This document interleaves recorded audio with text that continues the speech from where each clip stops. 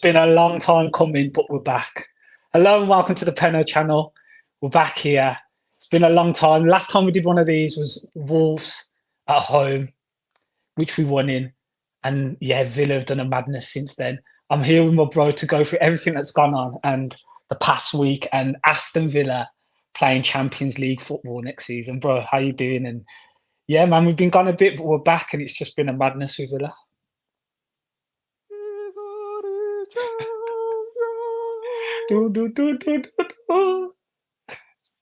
Bro, when the full-time whistle went against Spurs, I played the song Spurs Man City, and I don't know about you, but I got a bit emotional, man. I got a bit lost for words. It was mad. It was mad. Yeah, it was mad. We'll get onto that game because that game was nuts, especially the last 10 minutes. Is scenes. But yeah, bro, we've done it. We've got Champions League football, man. It's start of the season. I don't think anyone would have seen us get in top four. And what's made it so special is it didn't go to top five as well. The coefficient didn't have no part to play in it. We qualified in the top four. We came top four in the Premier League, which is something I never thought I'd see us do. Really and truly, did you? Facts. You're right about that. It wasn't like some everybody eats Champions League where there's like an extra place and you kind of just like piggyback in off of a coefficient. We did it the proper way, traditional. With a game to spare as well, which is someone like Villa. I thought for sure that's going to the last day. Like, no way do we get away with that. But yeah, what an achievement, man. Unbelievable. All the players should feel proud of themselves. Management, staff, everyone. They'll probably go down in history at Villa, I think. 100%. And we'll get onto that, bro, because yeah, we have to chat about our lifetimes and the best Villa sides we've seen, because this side has to be up there. It has to be probably the best. For sure. Yeah. All right, bro. Let's crack into it then. Deontay's dropped a message, goes, welcome back, bros. Thanks for joining, Deontay. Yeah, we've been a long time. It's been a long time gone, but we had to jump back on, man. We need to get back into it. And we thought it was the right time to. Yeah, we thought it was the right time to. So thanks for joining. And yeah, we've been really missed doing these. So yeah, bro. As I say, we ain't done anything from Wolves. We ain't streamed from the Wolves game. We've missed some absolute epic things. We've missed Arsenal victory. We've missed Lille penalty shootout. We've missed doing Bournemouth at home. Obviously, games Brighton, Chelsea, Bournemouth, Chelsea draw. Yeah, we've missed some big Olympiacos, obviously home and away as well. Yeah, how's your mental been the last few weeks? And yeah, how you been feeling about everything that's been going on? Let's have a quick recap of what we've missed. Well, Arsenal away is the game I'm most gutted about that we missed, because you see, Youri Tielemans, I would have spoke for 10 to 20 minutes with nothing but praise and adulation for that performance. Yeah. Just to speak on that, that was one of the best Villa midfield performances I've ever seen in my life, bro. He was cooking. Unreal. That Arsenal team. So shout out Youri Tielemans for that performance. I just had to get that in there. Bro, hold on 1 second. I got the boxing on. And guess who's walking out right now? Woo! Steven Gerrard. Oh, is that the game in Saudi, bro? Yeah, he's at the fight in Saudi. He's just come on the screen. Oh, Joker. That guy, man. I saw something today. Him and Xabi Alonso both go down as the two unbeaten managers in a season. That's mad. What a waste, man. It's mad. Speaking of Xabi Alonso, big up Xabi Alonso, because obviously I'm a football guy. I enjoy football, and what they've done is just mad. It's mental, isn't it? You remember there were links when he was supposed to come to Villa as Gerrard? Yeah. I think that's crazy as well. Gerrard would eventually got sacked, and like, so either way, we would have always been destined for a good manager. Yeah. Trust me. But yeah, mad. And I was just thinking today, what are the moments of the season? Not even just Villa moments, just moments of the season. That Watkins goal is the moment of the Premier League season, I think, against Arsenal. I think that epitomises the Premier League season, especially if City go on to win the league tomorrow. Yeah, I think that is the moment of the whole season, because it's just the shock factor, when you see the highlight and everything happen, the fans' celebrations in the way, and the faces of the Arsenal fans. I think that is just when you have those one moments in the season of like, TARDIS or whatever. That is it. That was prime time. That was prime time. Every single person. 4:00 Sunday, everyone's watching, and especially as Liverpool had lost just earlier as well. People were locked into that game, and it kind of like stamped what we'd been saying about Watkins being player of the season or being as good as he was. People kind of thought, you know what, he's done that in that game now. We've seen it with our own eyes. It's a big game. Yeah, I can hear it about Watkins. Like, okay, maybe I did underrate Watkins this season. So that was kind of nice to get that. Yeah. To get that kind of... Put everything in the lights. Unai going back to the Emirates. Yeah. Unai just having an incredible year managing us. What a manager. Unbelievable. And just the fact that it was the way we played that second half.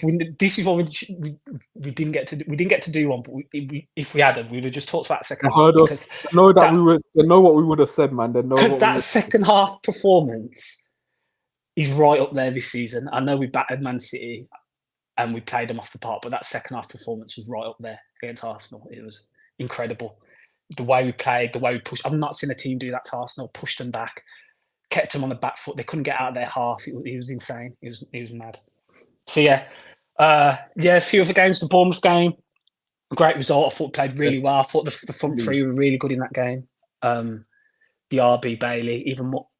Yeah, Morgan Rogers. So the front four. Yeah, Morgan Rogers, Watkins were unplayable in that game, and we were lucky to not score more.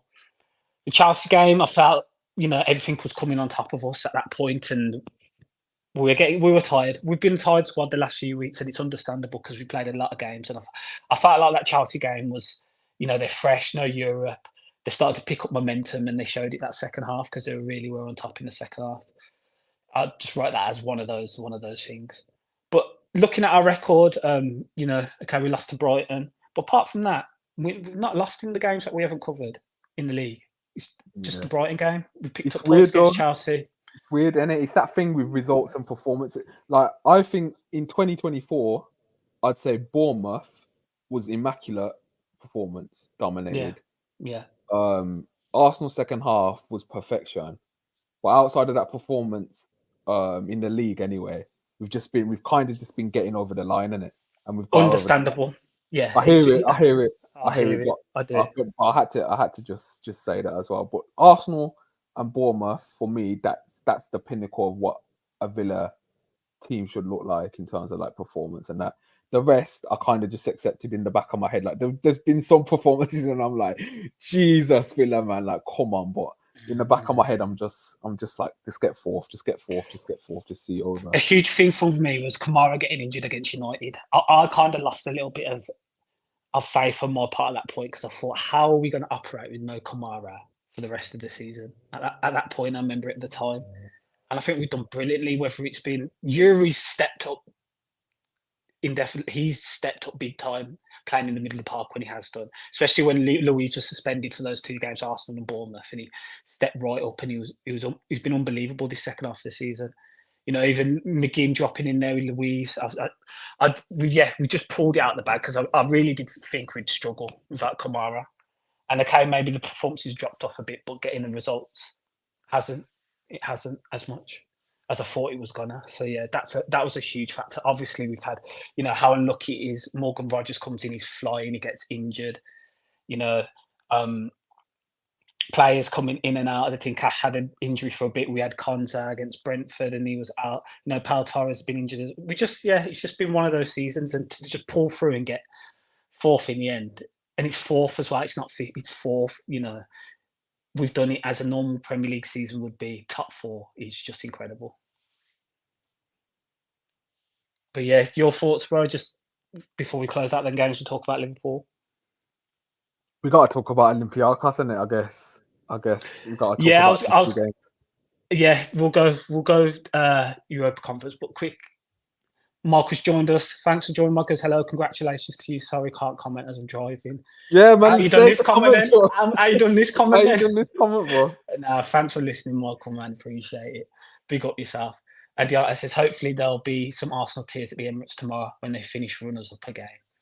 Yeah, Have you man. seen that? Have you seen that video where they're having to do Yeah, like a they're doing the rehearsal? performance of the So yeah, basically, if you guys haven't seen it, so how a Premier League trophy being like paraded on the pitch would be, they've had to do a rehearsal, and I think this happens every season at every ground if it's a 2-horse race. But obviously, social media, we get to see these things now, and like they're reading out Arsenal's team name to like win the and trophy. there's random people going up, and Yeah, it's just like, up comes Bukayo Saka, Zinchenko, and that. It's just like, yeah, I personally don't.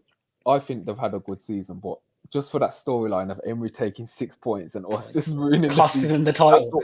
How many games was it? After all the shit he's been getting, man. Like, Yeah. I don't know, man. I need City just to What win is it? 2024? Is it 18 wins, 1 loss? They ain't lost in 2024, have they? Apart from us. So, yeah, that's what I mean. So it's 1 loss, and is it the rest wins, or did they draw one? Oh, did they draw with City and it? Yeah, and the rest Obviously, wins. they lost to Bayern and that, but in the league though, they haven't. Yeah, in the league. That's insane. That yeah. Oh yeah, you just want him, man. Just the Emery factor. He just deserves it. He deserves it, man. Because he still gets it to this day, and it's like, just get over it. Like, what's done is done. Arteta's doing great things for your club. Just get over it, man. But they can't let it go. So, yeah, is what it is. Yeah. Okay. Conference League. We'll start with Lille. Epic. It was incredible. That second game, like, I thought all was over. To be honest, when they got the second, I really thought, yeah, we were My head was dead gone and that out. day, man. Yeah, because we didn't turn up. To be honest, we didn't really turn up both legs. Lille were very good at home. I thought Lille were very good at home, and we were fortunate to be 2-0 up. I think they had chance, and then they got that goal. And yeah, I was concerned. And the second leg, they played really well, and we struggled. And obviously, I think a lot was going on, and we played big games in between those games as well. Squad was thin, as as we all know it was at that point. So to come out of that and the way we done it, and Emi Martinez in the penalty shootout and everything, that was just fairy tale stuff. That's stuff we haven't, we've hardly seen in our lifetime, like winning penalty shootouts in Europe. We ain't seen that. So to like witness us do something like that away from home as well. Yeah, mad. It was mad. But yeah, managed to get through that, and then we've got to talk about. Let me just speak on before that Lille game though. Like, I actually thought Lille were the best team in the competition when we faced them. 100%. I still think they're the best team in the competition. They were the best team that we faced in the competition. We faced, in my opinion, the best team in the competition. So I was almost thinking, if we can just get past this, then obviously it didn't turn out like that. But Lille, both games, I thought, especially the second game, I thought that was probably the worst half Villa had played, and almost like their best in the whole tie. Like they were pinning it onto us, to be fair, and like we couldn't pass. I don't know, like even Powell and the normal guys were just looking out of place. But even though I think Lille probably did deserve to go through, it's not about that, man. It's about finding a way to get through in the end. And for us to come up big in the second half, I celebrated that cash goal so much, man. Because when you're in the ties, sometimes we look down on the Conference League and we're like, maybe it's third rate. But when you're in them ties, you want to win and you want to get through. And when Emery just I don't think anyone looked down on it as a Villa fan, to be honest. Like, when we got to that point, I don't think we did. Like, I don't know. When it was at that stage, I think everyone just wants to win it. Because you look at the sides we played, it's just like, we played some good sides, man. Like, some good names in that Conference League. And it's a real shame, as we'll get on to Olympiacos. It's a shame we just didn't get to that final, man. But yeah, Olympiacos, bro, home. They've just caught us. I don't know what it was, how we set up, but they've just caught us 4 times. I think they had 5 shots in that game and scored 4 goals. Yeah. I mean, yeah, it just felt like one of those, man. To come back from 2-0 down as well, and all the momentum's in your favour, and then to concede a penalty, 2 minutes later. Yeah, man, it was tough. It was tough to watch, man. Like the whole atmosphere before the game, the tifo and stuff like that. It just felt like we were just going to blitz them. That's how it felt in the stadium. It was confidence, felt full of confidence, and then that just got brushed aside within a few minutes when they took the lead. And we've conceded a few goals recently where we tried to play the line and the line's not really stepped up. And decisions have gone to VAR and they've been given as goals. That's happened quite a few times recently. It happened Monday as well. So yeah, man, when they went 2-0 and then we come back, some great play to get back into the game and then to concede the penalty and then when that strike takes the deflection like it did and just goes past Hulse and you're like, oh, yeah, it's not meant to be, man. But yeah, your thoughts? Yeah, that was a weird game. When Diaby scored, you kind of think, okay, we got momentum, but like you said, timing, conceding straight after, it kills any type of real enthusiasm in the game that you try and build. The crowd comes low, like we lose confidence, and it just weren't meant to be, really. Just looking at both games, and to be honest, Olympiacos second leg, man, they deserved to go through, man. They did. They played well. They deserved it, man.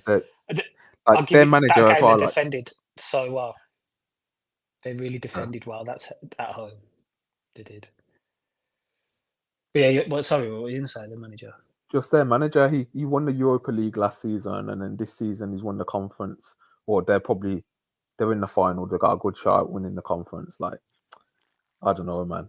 I don't know. Some of these teams, like the way they're coached sometimes, like even though the players and on paper, they might not look the best, but they're not easy games, man. They're not easy games. They're never easy games. Right, it's European football, man.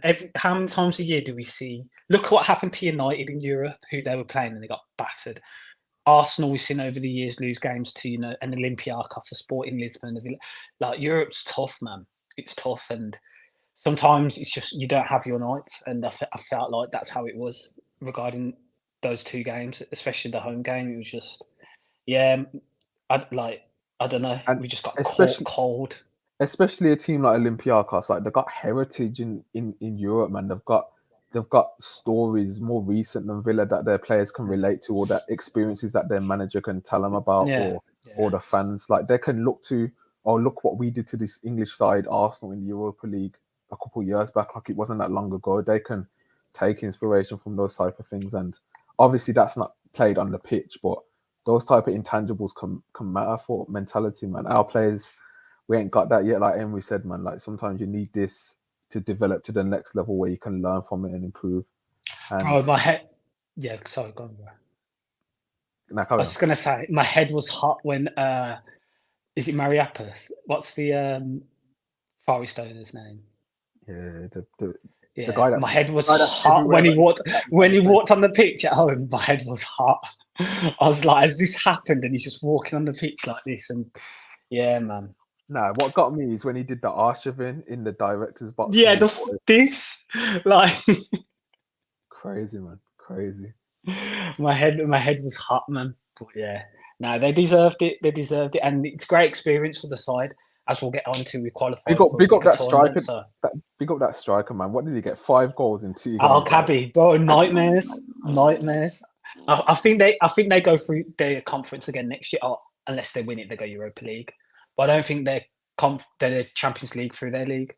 I don't think they're winning. They're like fourth as well. That's exactly. Like fourth, bro. Like So we hopefully won't have to play next year unless someone signs him. So yeah. But that's nightmare performance for an opposition side. But for them, 5 goals in two legs, incredible for him, man. But yeah, man, that will hold us in good stead for next season for sure. European experience, Monday, Thursday. Potentially games next year are Thursday as well because of the league. I think it's Tuesday, Wednesday, and Thursday. So, we're used to that. I haven't done it this season. But yeah, Deonta quickly says, I predicted an Olympiacos Fiorentina Europa Conference League final as soon as the quarterfinal, semi-final draws was made. I felt that the final being in Athens would benefit Olympiacos the most. Yeah, that's a good point. And be more motivated to reach final. 100% agree. And they were, but great experience for us, man. Great experience. Who was the best? Your favourite fans? Do you think at Villa Park? Who looked the best? I still think Hibs take it, to be honest, for the Conference League. Oh, bro! I went home and started playing that song they were singing. Yeah, and Hibs easily, bro. Hibs were top. Hibs, them showed out for their club, man. And 100%. I've been looking at the results recently. I swear they're about to go into some really bad times. I don't know what's going on there, but big up Hibs, man. Their fans are great. So they got a fan. Yeah, They got a the fan. whole John McGinn factor, and then the way their fans were in that to be 5-0 down and to come to Villa Park, and they were just they're incredible. Shout out Mo Star as well.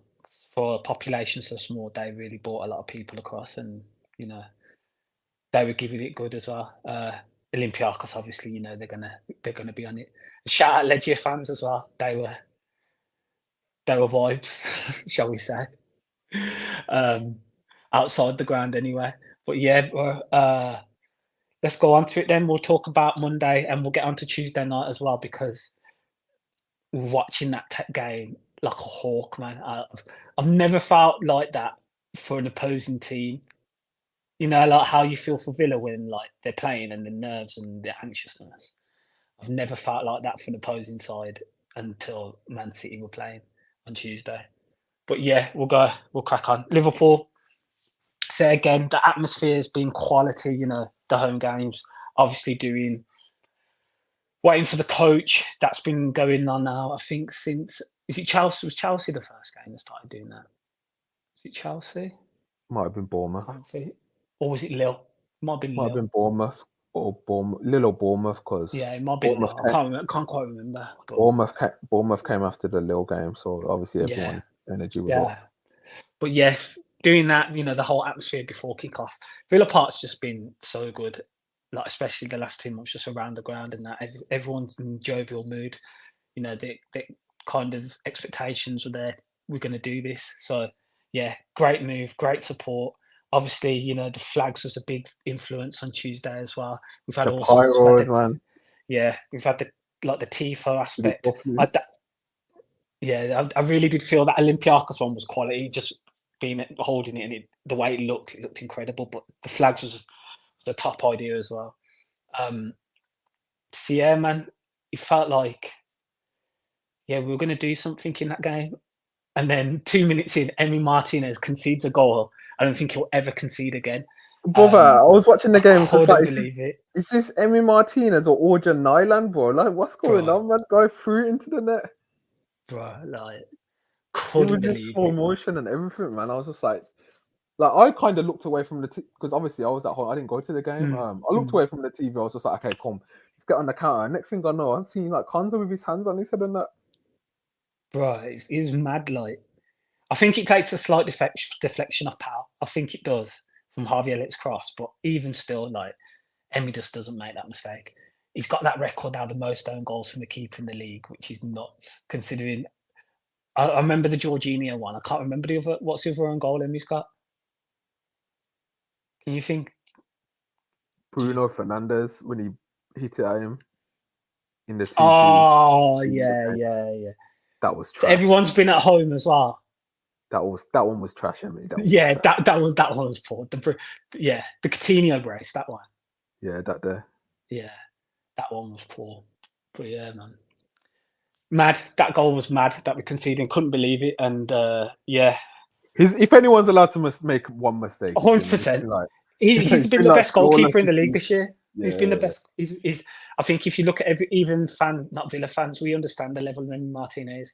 There's still some fans don't get it in, like they don't underclock how good he actually is. His passing's improved as well. 100%. Yeah, his numbers are right up there. His XG conceded's right up there for goalkeepers. He's one of the best.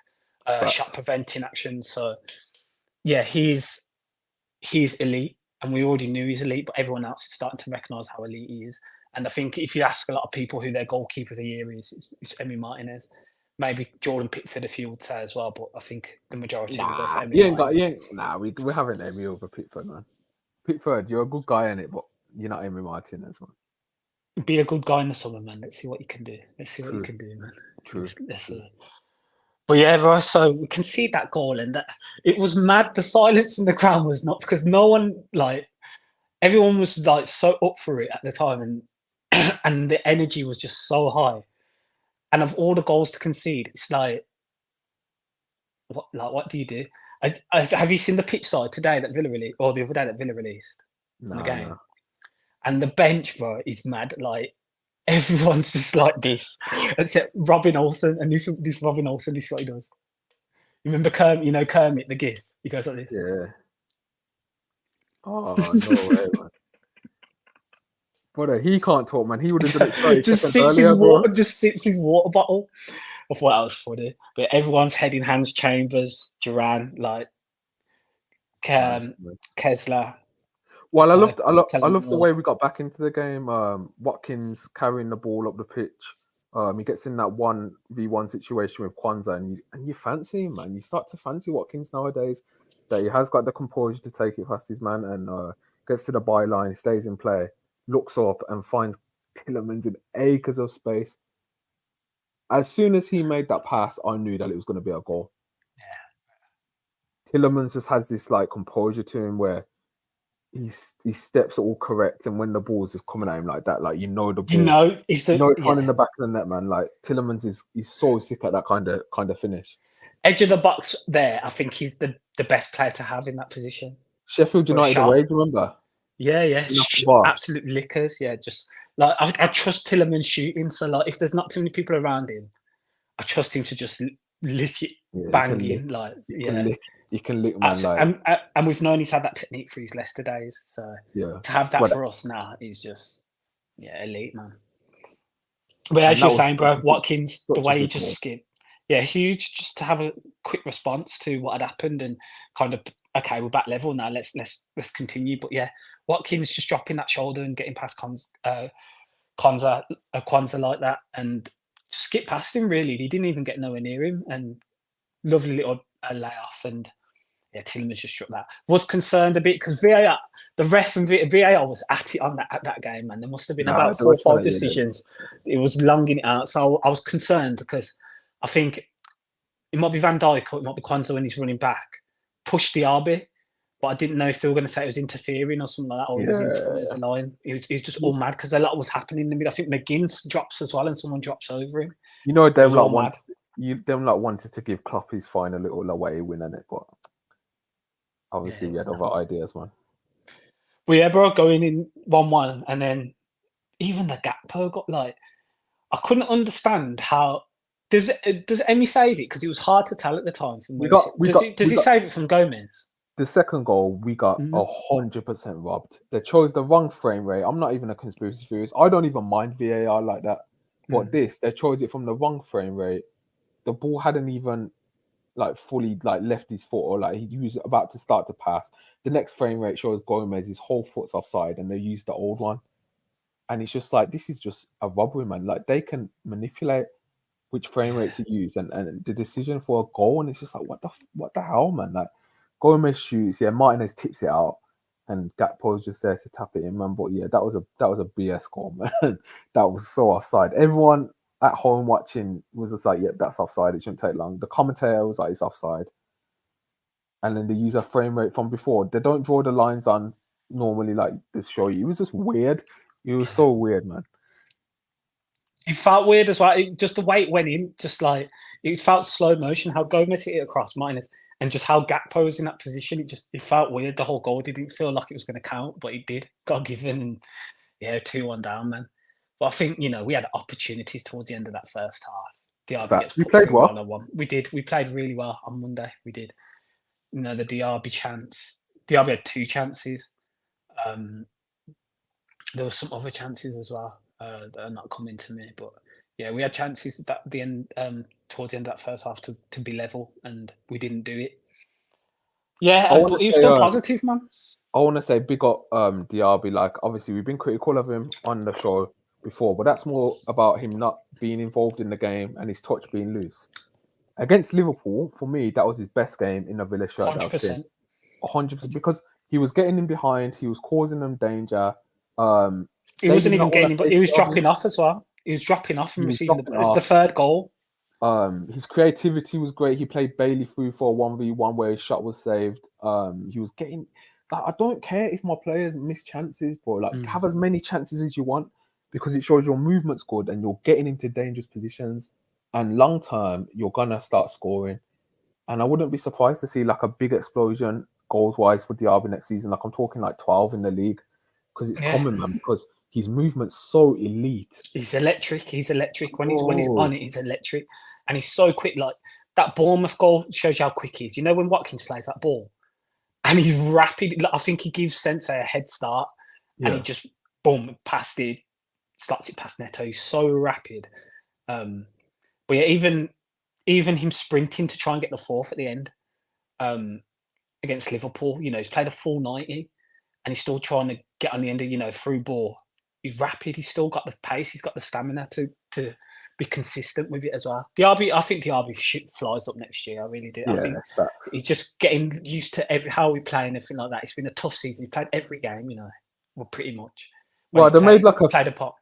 They made like a 50th game graphic, bro. It's just like normally that takes place like 3 years to get to that. Like, well, he's played like he might not have started every game, but he's played every game. Like, so you know you can rely on Diaby as well for fitness, especially that he's shown that this season. And you know, new side, and they still got good numbers, man. I think it has got like 13, 14 GA this season in the league. Yeah, in the league. You know, his numbers are still good, and the decent numbers. So, yeah, man, I think Diaby goes to another level. Just think I made up my mind on Diaby like a while ago when I obviously you know I'm a numbers guy, and when I pre the output, like it's almost like as frustrating as it can be. We know he's touched sometimes. We get it. We know sometimes that he doesn't do the right thing. Salah's exactly the same.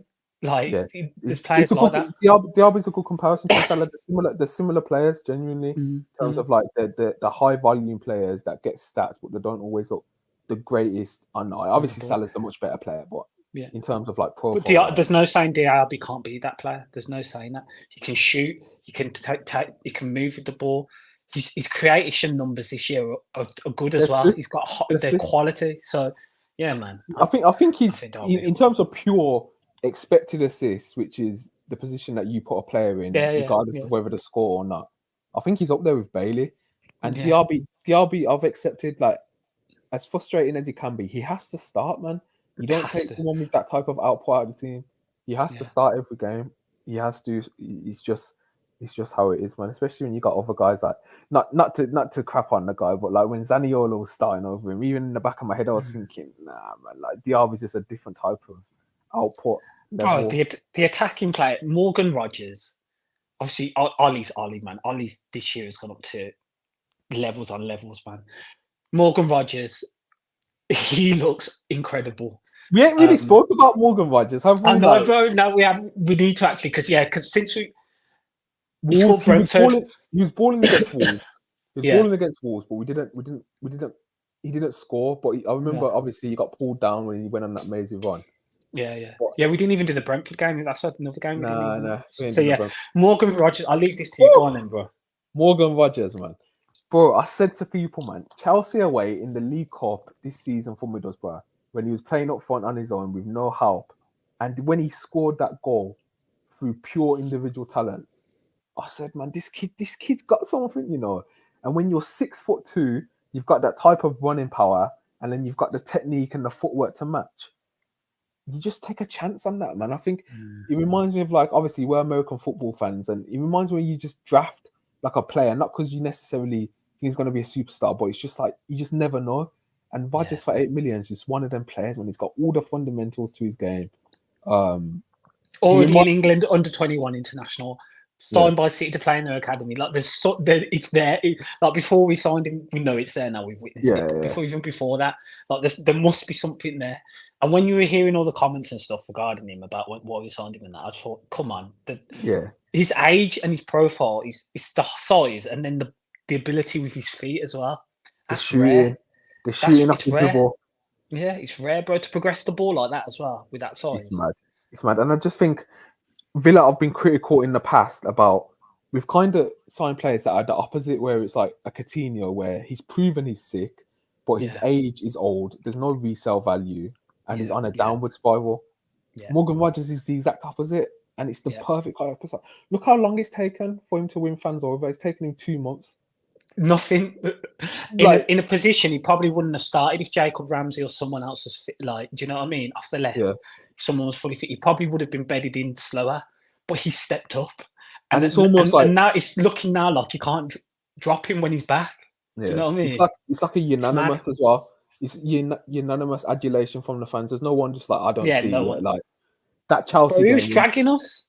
That Chelsea game where he scored the Mbappe finish, where he like opens his body and goes near court. Oh my God, this is like wow, this guy's like you almost start to think, I wonder if like even bigger clubs are gonna start watching, like Yeah, chill yeah, out a bit, man. yeah, Like like for sure. relax, Like, just and let us enjoy her.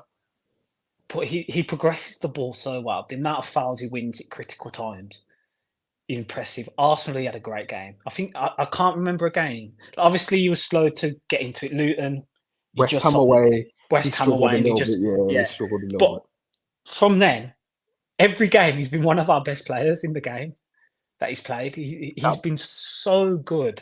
that It's Bournemouth that Bournemouth game, I don't know if people remember it, but the ball comes over just in front of the halfway line, and he just lets it go under his body for Diaby, I think it was. I was just like, that technique, that ability to just express himself on the pitch and be himself, and he's getting that freedom. And man, he's the type of player where confidence and goal scoring improves him. Like I was seeing him after he got a couple of goals, he was asking to receive the ball every time. He's putting himself into scenarios where you think, oh, I don't trust him just yet when he first signed.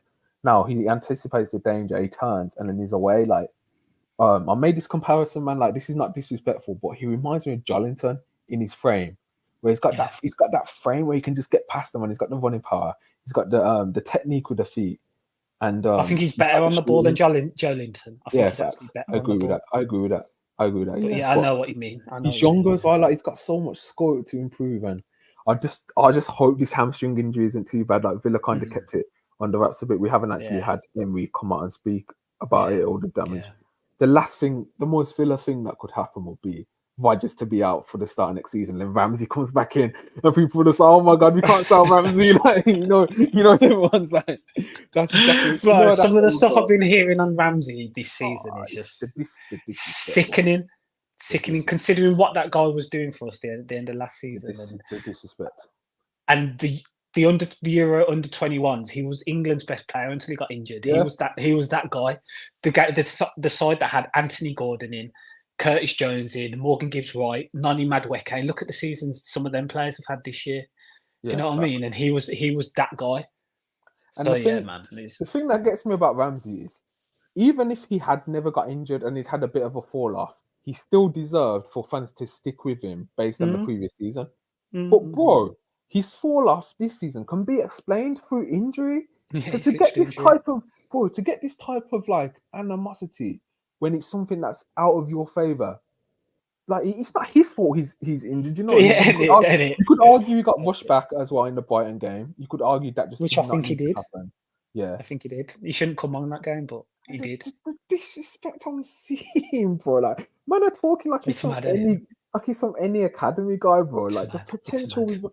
Why do people think like when they see transfer rumors? Why do you think teams like Newcastle, Bayern Munich, and Tottenham get linked? Like the people not pay Liverpool have been linked to him as well. Do people not pay attention to like the teams that get linked when a player's sold? It's not Everton, and no disrespect, it's not Everton and Luton and teams like that are interested in. You know what I mean? Like it's elite Champions League teams, man. So, bro, even when I hear people say like Sal Ramsey for FFP and that, man, I think, man, just relax just a bit, man. Like, let's just see what God. But this is, Villa haven't been in this position for a long time where they have so many assets. This is what's mad, and this is something we're not used to. We have so many good footballers at this club now, you know, like prime assets. So we'll see how we operate, man. It's going to be interesting. But yeah, just the Jacob Ramsey stuff. Let's just, people who've been getting on it, just chill. Like, let's not forget who Jacob Ramsey is and the player is. Do you think it was the conference comments that pissed people off a bit? What? Just because he said, "Oh, it's only Conference League." I think you'd be surprised how many people that did piss off. To be fair, nah, I don't. I think that did almost to the point where it's just maybe even subconsciously where people are just like, you know what, like Ramsey, like just a little bit. I do think. I'm not saying I agree that's how it should have been, but I do think reality-wise that did play a little part as well. That comment. Fair enough. I totally forgot he made that comment until same normally. It was just yeah. So yeah, bro, we'll go back to Liverpool. We had to give the Rodgers prop because Rodgers has been class. Let's go through a few comments. 23 Da Silva is joining us finally back. Yes, we are. Thanks for joining. Rachel goes, hello. Thanks for joining, Rachel. Yeah, we're back now. And yeah, that's the name we used to see regularly. So thanks for joining. Manchester United fan says banter club and 2 smiling emojis. And Wow, thanks for joining, Man United fan. that's a very self-aware guy, man. He must have been like typing in the mirror when he seen that one. Oh, You know what it was? they all think they're getting Deserby now, don't they? Bro, they're getting their Gareth. They're getting Graham Potter. They're better Graham embrace that. Potter. They're not even good enough for him, bro. They're getting that Gareth Southgate England ball, bro. They better embrace that stuff right now, because as soon as that Euro's over, bro, that's their new manager. He's going there, isn't it? I hope so. He's got a good relationship with Radcliffe. I can see him going there. What he did with England, I don't rate him tactically, but he embedded a lot of youth players into there, so I can see him going down that route. I could see Gareth Southgate going United.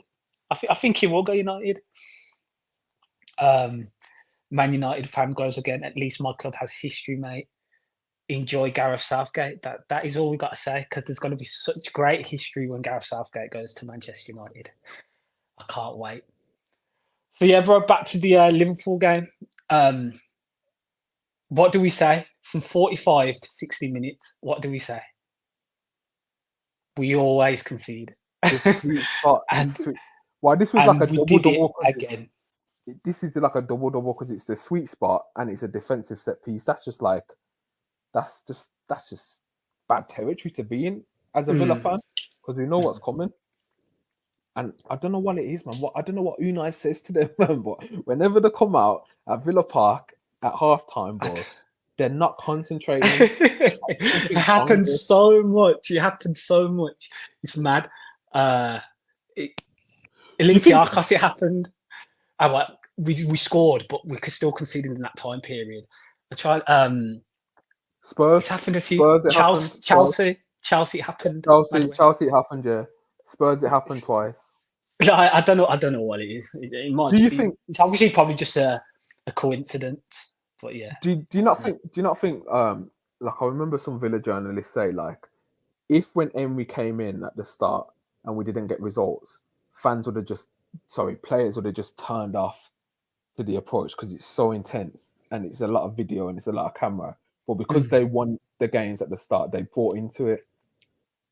We don't know what happens at halftime, but do you think it is like a video intense session and maybe the players might just tune out a little bit? I don't know. We're kind of just creating a narrative bias out of like events that happen. It's literally just a coincidence. I think it is, but it happens a lot. I'd love to know what happened at halftime, man. I'd love to just see if it's video heavy, because I got a theory. We'll get to see, bro. Well, the documentary's coming out. That will happen. They've been filming this year, so we will get to see all that and what's been happening. So that will be a really good watch, and I can't wait when that does happen. I could just picture like Cash going in and like Emery's just reeling off these videos, and Cash is trying to drink his Lucasade and just think about what and just do his hair. At all. I could 100% envision that being the case. Or the Cash video the other day, I've been saying zombie apocalypse. You seen that? That had me cruising. That had me cruising. Well, we got 5 out of 20. That's Grealish levels, man. Bro. Yeah, man, like Pedro and Neto and that finishing above him in the challenge and that, bro, like just shocking. I know. It was mad.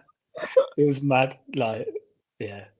But yeah, I don't know what it is, but it's a great header from Konsa. But the defense, for one thing, the biggest improvement I think we have to do is set piece defending next season. That is, if there's one area of the whole season that we've looked poor, it's defending crosses. We've been poor at that. So that would be a massive one for sure. What I want to find out is, does McPhee do the defensive set pieces as well? Because I feel like this guy might be getting a lot of strays for something he's not even in control of.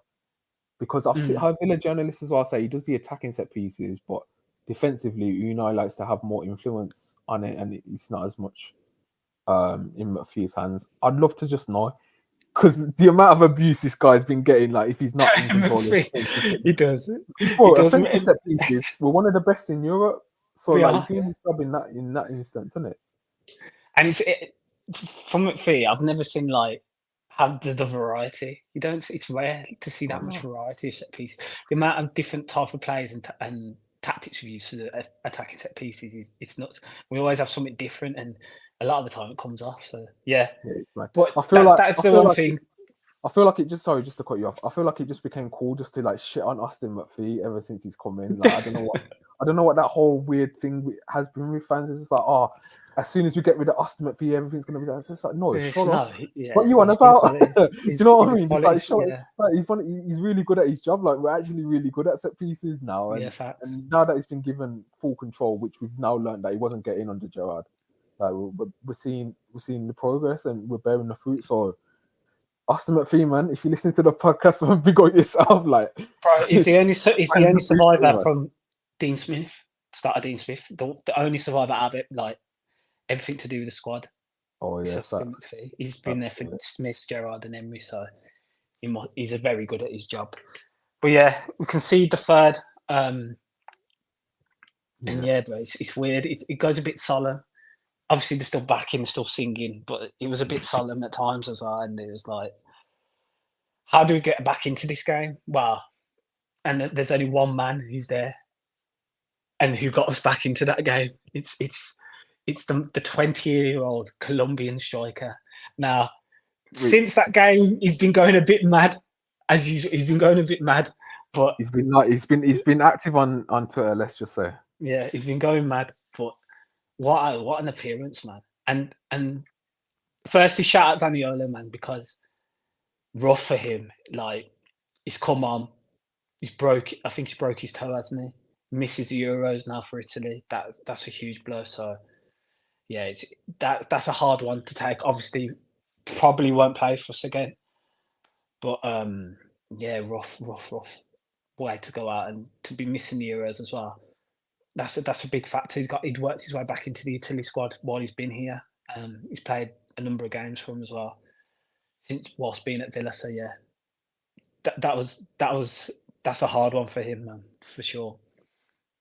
But yeah, that from that substitution, John Duran comes on, and is he the best striker of the ball in the league? Yes. Just pure striking ability, striking the ball. Haaland's got the ability. We've seen it for Dortmund, but he doesn't do it as much because he's not instructed to. So he doesn't shoot from outside the box on it. So in terms of players that are actually showing us they can still do it, it's Duran. It's the power he generates, and it's mad. Like you think Palace, City away last season. City away when he hit the bar last season. The goal against Liverpool. Ajax at home off the bar.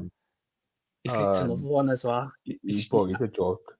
He strikes the ball so clean. It's mad. And how he generates that power and that finish. I think like against Alisson for the second, like he just knew he was going to shoot because he had Bailey around him. He had Watkins and Diaby, but he took the additional. He took the touch and rolled it past whoever it was, and then just banged it like from 25 yards out. This is what's hilarious because if I'm being critical, I would actually argue saying he's probably made the wrong. He shouldn't have shot.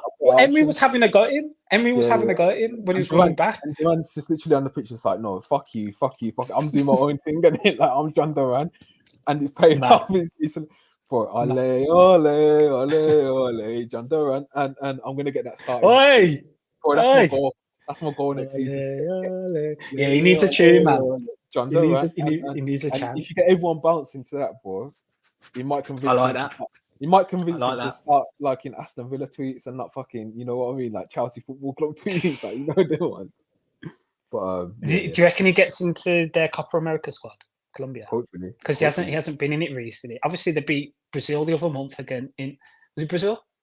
Was it Spain? No, it's Spain when Olympic Park. Yeah, at West Ham's thing. Yeah.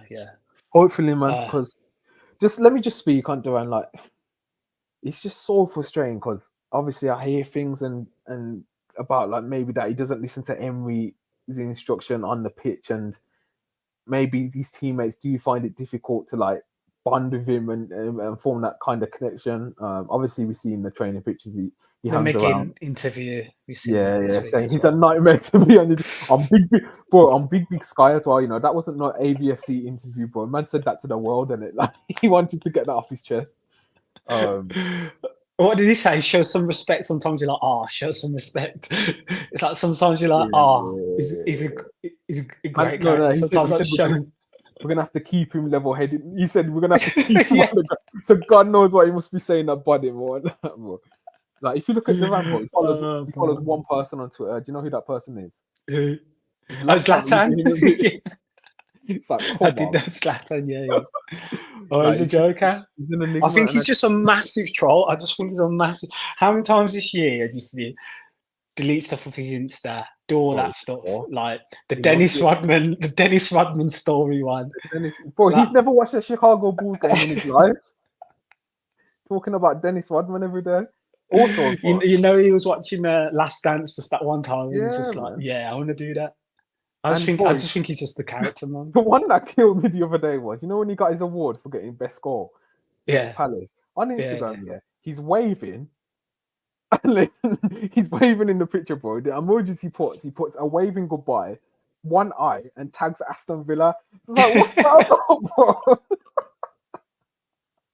Even when he's getting rewarded for getting the best score this season, bro, he can't help himself but to troll, man. He's an enigma. And when you're talking raw talent, bro, in terms of like ball striking, it's him, it's Benjamin Sesko at RB Leipzig. He can strike a ball. It's Haaland, and it's let me think. I had one more striker and it's Osimhen. In terms of pure ability to strike the ball, bro, it's them four for me.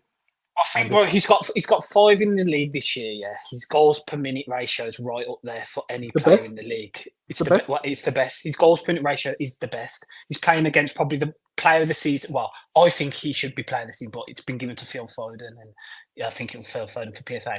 But he's behind one of the players of the season in the league. Why he can't get a start? So it's like if he actually was starting games and played, you know, I wonder how many goals he could get.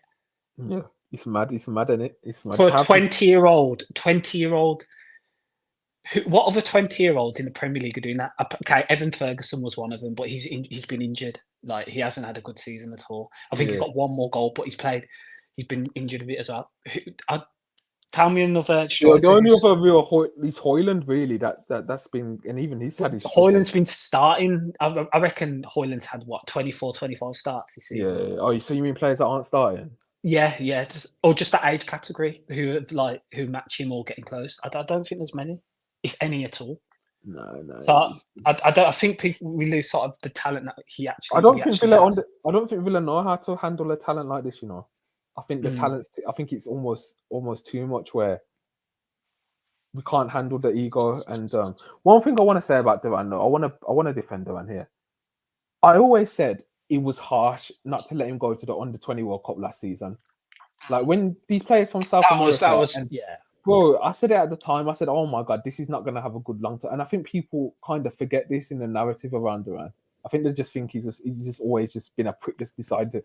I think not letting him go to the Under-20 World Cup. He was fit. He's Colombia's talisman. Don't forget, he's their best player, representing his country at a World Cup. I know it's not the official World Cup, but it's an Under-20 World Cup. To go out there and prove that you're the best youngster in the world. And he wasn't starting for Villa at the time, and we didn't let him go. Like, it's just like we didn't need him that much as well. Like, Watkins was available. There's 2 games left of the season, and it's just like, that's harsh, man. Yeah. Like, that's harsh, bro. I think he's like, he even got his agent to come, bro. I think ever since that, bro, Duran's been holding. He's been mad. Bro, yeah, he's been mad since that. Well, we had it in Jan. There was AC Milan links and obviously Chelsea links as well. And Chelsea links. But yeah, we'll see with Duran. But if he's bowing out like that, he's bowing out in some style. I don't want him to go, man. I don't want him to go. I don't want him to go. I think he's going to be. But sometimes it's football's weird like that. Like, yeah, we might not be the only team that can't, get him to reach his full potential. Who knows? That's the thing. Whoever buys him is paying. Do you think he should have to pay decent money for his potential?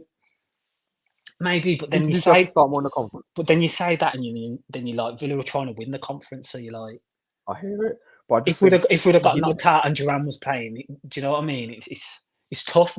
Are we that side yet that can rest players in our first European tournament for 20 whatever it was? I just think. I'll try and think from his perspective, and there's a couple of games where he scores away at Man City, and then he just doesn't get played again, and he's just like, well, you've started me in the Premier game, I've shown you I can score, and I don't get rewarded. Sometimes I just see it from his point of view. Some of those things. Yeah. Or maybe, No, maybe, I get it. I can maybe, hear it. maybe he does have a little bit of a point. Maybe you know what I mean. Like, but then But then I what get you it hear from about, Emery's like, point as well. Yeah. I get see both sides. It's 100%. nuanced. It's nuanced, isn't it? Like, 100%. It's yeah. I see both sides because it's like, well, Emery's like, no, well, I've just got this team to Champions League football, so it's a bit tough to disagree with what. Do you know what I mean? Like, how can you question that? Emery's a tactics guy. Like, if you're not listening to his Exactly. instructions, like that can't. You Like, can't run. even if he had maybe like a Neymar or something and he weren't listening, like I think he'd even But then he'd he's had hesitate to play him. Like, he had a night at Neymar, didn't he? he's had Neymar, Yeah. Like Emery's had big egos, you know. He's managed big boy players. So, like, you know, he's managed the best young player the world's seen since Lionel Messi. He's managed that guy, and he helped him develop. He brought in Bukayo Saka, like probably one of England's best young talents. Well, he's England's best young talents. So that's France's best young talent and England's best young talent that he's managed and coached and developed. Yeah. So he'll know about Duran. He'll know for sure. Yeah, because he has that experience. When Emery, 100% agree. That's a good point. Listening to players as well. Like Emery's got heritage, big boy names. He's developed. Big boy names. So. But even like Emery's interviews when he starts, and you're just like, Duran, he's got the potential. He can be the best striker ever. But I just don't know sometimes, man. Like. Well, Emery's quoted as saying he can become the best striker in the world. Yeah, so Emery's quoted as saying that, so he knows how good he is. Like, he knows. I know how it's gonna play out, man. I'll be honest. I'll be surprised if he stays past this summer. I'll be surprised. I will be surprised. Just the way it's moving, it does, and it's such a shame because I think he's got bags of potential. But if his heart's set somewhere else, then good luck to him, man. Like, there's not much you can do regarding that. As long as you command a high fee, and you know what he's actually potentially going to be worth in the future as well. Yeah. A few comments. Andy's joined. He goes, "Evening, Pete. Thanks for joining, Andy. It's been a long time, man. You regular before." Rachel said, "I feel really bad for Zaniolo." Yes, I felt Pete for Zaniolo. I felt like, you know, he's come to play and he's broke his toe and he's missing Euros as well, and he's gonna have to try and. I think he'll have to try and find a club now. He'll probably go back to Galatasaray if he stays there. I don't know, but yeah, he gets linked to Italian clubs all the time. You know, he does. I wouldn't be surprised. But I don't see Villa signing Zaniolo. I don't. No. NDA says, "Keep it, Penna. Love your videos and live streams. Thanks for joining NDA and really appreciate it." Gary H, a regular from videos before. So Gary, great to see you. He goes, "Hi guys, going to be the most exciting transfer window in our history." I hope so. I've been reading some things, you know, last week. I think we're tight. We will be tight for FFP, and it's going to be a lot of movement either way. I think there's going to be so much happening. But yeah, we'll see. It's exciting times anyway. Rod Humble says, "Sup Villa fan, what a great time. Thanks for joining, Rod." Gary Erie come in. He goes, "See Gerrard supporting Fury tonight. 2 mugs right there." Oh, joker. Rachel says, "If John wants to go, I'll wish him well, but I do hope he stays." Yeah, that's how I feel. That's exactly how I feel as well. Okay, yeah, this is what I've seen today. Gallagher for Duran, I've heard maybe. We were chatting about this or that, and you're really on Gallagher now, and you think he's made a lot of improvements this season. Yeah, I have to agree. His level's gone up. Yeah, a little bit of 180. Yeah, for sure. So yeah, that'll be interesting to see. Is Gallagher a position we need?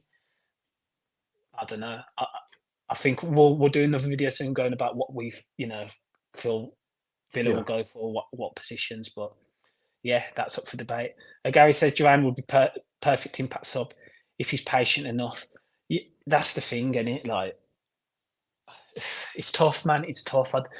I don't know if you can tell a player to be patient if a team like Chelsea wants to sign you. Do you know what I mean? It's tough. He'll look at Chelsea. He'll probably supported Chelsea when he was younger or something like. Do you know what I mean? It's difficult, man. It's difficult. Rod says, "If we make money off Duran, then that would be amazing. Love the guy, but it seems like he wants away. We'll be delighted if he stays away." Yeah, exactly the same. That sums it up perfectly. Perfectly. Yeah, it does. No bigger ego than Neymar, Gary says. Mark says, just finished my taxi duties for my daughter. He's laughing. Gary's on it, man. Gary's come back and straight back in. Gary's not having Neymar at all, man. I just Marcus done the taxi duties. He's back now. Yeah, Michael. I don't know if you've been listening through that. Right says more outs and ins for Villa this season. Does that, Rachel? I was going to say, does that worry you, concern you, considering the squad? The difficulties we've had with the squad this season. Towards the end of the season, it's been majority kids on the bench. The injuries and the impact. Does that concern you in case that potentially happens next year? If it is more outs and ins, I don't know. I think the number we have out, we have to get in. That's how I feel anyway, depending on what that is. But yeah, we'll see. Obviously, you got Kostanovic coming into the team. You've got finally. Big up him. He's finally playing football after his injury. He played the other day. He's been injured this whole time, so. Lina Sosa, who hasn't really played much at Plymouth, he'll be coming back. I don't know. I think he's had a tough time there. So yeah, we'll see how those guys go and how that's looking as well. Obviously, Cameron Archer we've re-signed. Leandro Dendoncker comes back as well. Have I missed anyone? Is that Philip Coutinho comes back? His missus is selling the furniture, so they say. Yeah, they're selling furniture, man. Like his brother's doing the negotiations with Vasco. So I think football wise as well, that'll be a nice little cultural move if Coutinho goes back to Vasco.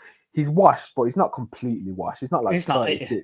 He's not 36, and he's 31. Like he's still there, isn't it? Like he could dominate Brazil. Like still, like you know what I mean? Like yeah, facts. Marcus says, I believe any possible signings will not be what we think. That's what's usually happened. That's happened in recent times, that's for sure. Especially that January window, really stepping into that market of where we look for potential and who could potentially play now, but in the future go on to bigger and better things as well. And, Costa had a huge ratings. Morgan Rogers, obviously, we've seen what he's done. So, yeah, man, I like the way Villa have started to change their transfer policy and the way, especially in January, it was really positive. What do you think, bro? Yeah, facts, man. Players with resale value that help the club long term. Yeah, for sure. Morgan Rogers has already tripled his value. Yeah, facts. Just for being a Prem player, one, and then the way he's performed too, and then we saw the rumor like the Gareth Southgate about England and stuff like he's getting those rumors about him. Obviously, he's injured now, so it's not going to happen. But to even be in conversations like that when the attacking talent that England have, yeah, man, big. Rachel says, not really, as I think there are a lot of fringe players that need to be moved on. Players coming in will be quality. Yeah, I hear that. I do hear that point of view. As I said, Dendoncker, you probably see Chambers go. We've got how many keepers now? Does Robin Olsen go? This is just fringe that I'm talking about. Yeah, we'll see. We'll see what happens. Gary says as well, yeah, Cameron Archer's back. We've re-signed Cameron Archer, so we'll see what happens with him. Marcus says, do you like the tunes I've been posting? Yeah, the jazz music, it's top, man. It's good. Nice, chilled jazz music. Sure. He always gets remarkable, man. If he sees me on socials having a bit of a rant and that, he'll drop it in. So, yeah. Gary says, it's a shame, nice fella, Phil, but no room for sentiment now. That's it. That's the level we're at now. And we're a top four side and we deserve to be a top four side. We're going into Champions League and they'll know what they want to do. I mean, Monchi and Unai and Vidagari, they've been in these positions before. They've been at clubs like this level before. They've played Champions League football before. They'll know the level of competition. So, yeah. We'll always have the song with Coutinho, man. And the song was them lads, yeah. They created a classic. That tune. Yeah, I don't know why we start singing. Like just because he ain't here, he still should just still sing it, innit? You know what I want. What do we sing about Diaby? Is it Munich? Does it change to Munich next year? I don't know. What do we sing about Diaby? Right, we're all going to Athens, isn't it? Oh yeah. I don't know why. Then you know what song I had in my head? We said Diaby, he rejected Sadio Mane. I was trying to work that one out. Oh, isn't that one of your specials? Isn't that one of yours? No, it's that American Villa fan, isn't it? Yeah. The goal, Big up the Jack, goal, man. Big up the goal. Jack. He has Jack, some Jack, banging tunes. keep doing if you ever watch it, keep doing your thing, man. Because Yeah, keep doing it. I've never Because seen someone rattle so many rattle, people. Man. top rattle. I rate Honestly, it. honestly, I rate it. I got respect it at this point, man. I rate it, man. The tunes are cold as well. I rate It's it. a skill. Gets a good. It chucks that line out as well. I rate it, man. I respect that he hasn't been discouraged from doing it. Man, so he shouldn't. He gets a lot of abuse in it. So I respect. No, but everyone's entitled to do what they want to do. So keep going, man. That's what I'm saying. Like, Jack Grooms, keep doing your thing, man. That's it. Don't disrespect Jack Grooms like that. Jack Grooms, Agree. Classics. Agree. Go back to the comments. Paul says, another usual watcher. Big up, Paul. He says, hi guys, we are going to buy big left back. Going to buy big left, right back, 2 CDM, CBs, winger, striker, winger. We're changing the whole team, Paul. But I hear you. I hear we could. I think Monchi will wheel and deal a lot, and there'll be a lot of players coming in, a lot of players going out as well, for sure. I could see that happening. Like, I think Unai's come out and said potentially we won't get that many players above the squad in, but to say players won't go out and come in, I can see that happening. Bro, you know my thoughts. I've said I'd happily have Villa spend a bulk of the money on defense before even touching the attack. Like, if we signed purely, like, let's just go through our attack quickly. At the moment, let's just say with everyone fit: Ramsey, Rodgers, Bailey, Diaby, Buendia, Duran, Watkins. That's without touching the attack. I would happily have Villa spend 80 million or whatever funds we've got left. Fullbacks right now. DM. Need a DM, man. Yeah, on 2 new starting fullbacks, a backup centre back, and a DM. If those were DM's huge. If those were our only signings genuinely and they were all of quality, I would not be mad. Same, because the attack have shown the numbers this season and how good they are. Like, the numbers are right up there across the league in terms of Bailey, even Douglas Luiz's numbers, McGinn's numbers, Watkins, Diaby's numbers as well. Yeah, Rodgers was producing numbers when he's like, the attacking numbers are there. I think defensively you bang on fullbacks, another centre back, because obviously a DM. I think that's the big one, because obviously we don't know what, Kamara's not coming back till possibly November, Christmas time. You've got to treat Kamara as an injured player that's not going to be available, I think, when you assess the window. To at least January time. Yeah. Emery needs to find a way to play without Kamara, because he struggled in all of 2024, in my personal opinion. Because Kamara used to be able to sit in at right centre back and he'd be able to dictate play and he'd be able to provide that protection in case we lost the ball on transition. Emery hasn't been able to replicate yet. He's tried it. He hasn't. This, as I was saying earlier, bro, this is what I was saying. When Kamara got injured, I thought, I don't know how we're going to do this to get top 4, because we have no one of the similar profile to that player in our squad, to Bubba Kamara. We just don't. We don't have a ball winning DM like how he wins the ball. Yeah, it's facts. So we've done incredibly well to get it. There's DMs out there as well for you. Like, you've seen Kepren Foran from Nice. He's like going for cheap at the moment. We've been linked with Yusuf Fofana, who do well. There's options, man. There's options. There's options for DM that you can get, I think. Facts. But Paul says we need to keep Duran plus Watkins. Needs a hat trick. Can he get 20 goals plus? Is Jack coming back? He will take a wage cut. Super Jack. It's mad. A lot of people are like speaking for Grealish recently. I noticed it's like, yeah, he'd want to come back and that. Like, maybe he just wants to play. Like, that's what I've been thinking. I don't know about that. I don't know. Would he? I'd have Jack back, but obviously, big thing is the wages. That's massive. If that ever, we can't afford that, what he's on. And would he take a cut in wages? I don't think so, personally. I just don't think so. The transfer fee, that would still be quite high. It'd still be 50, 60 million minimum. So I just don't think it happens, man. I can see him going abroad. You're not going to I wouldn't have him back, Would you not? I wouldn't have him back. I think he'd absolutely kill it for Villa. I think he'd be unreal. I don't think there'd be any rust or whatever. and I don't think he's washed. I think he come into the team and done. No, he's not washed. He's not. I'm talking about like the way people speak about him, and you'd think like the guy's about to retire, man. But No, he's not washed. I just think when you look at our options, when you got Ramsey and Rodgers there, that's obviously they're nowhere near the quality of Grealish, but you bring him in and you just stunt their development for another year, and long term it's just like, is the payoff worth the sacrifice? You know what I mean? I hear it. That'll be my only problem. I just think logistically it just doesn't make sense. But in terms of, do I think he'd suit the Emery system and smash it? Of course, it's Grealish, man. He's a top player. He's top player, man. When you're allocating the funds we've got as well with PSR and that, like, oh no, I know people. That's what I'm saying. I can't see it happening. Like I just can't see it happening. I think we're one of the tightest in terms of budget in this season for the Premier League. Yeah. We're one of the clubs that are right on there.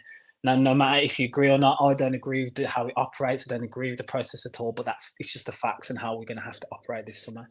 We're tight. We're going to be tight. The Grealish money's no longer a part of it now, of the 3-year cycle. It's going to be tight for how we maneuver. And yeah, man, Monchi and the guys are going to have to do some top work. Defense for me. Could you imagine? And no disrespect, because to the players I've got as Champions League, but could you imagine us signing like real proper quick fullbacks to strengthen the team that are two-way players that can defend and attack, and just add that dynamism to our side? Because sometimes we do build up to vacate the left side and create that space, and the player, he might come back and might not progress the ball, and it's almost like you've allowed the opposition to get back in shape. Imagine just getting that left back with that raw pace that can get us up the pitch quickly. It's tough because Moreno was that, and Moreno just hasn't hit that height yet, like he was last season, because that was what he was. Another one who had a massive injury, and obviously, it just takes time, and he's got injured again. He's just not had a good. It's not been Moreno's season like that as well. So just another player who's struggled and been in and out and stuff like that. So yeah, we'll see how we operate. I think he's been good this year. It goes back to our argument, and it's just like, as good as Moreno was in the first year, he was so good. But when we are signing, I think the age profile is going to be a lot more important. Because you could argue Moreno has not really got resale value now coming off this season.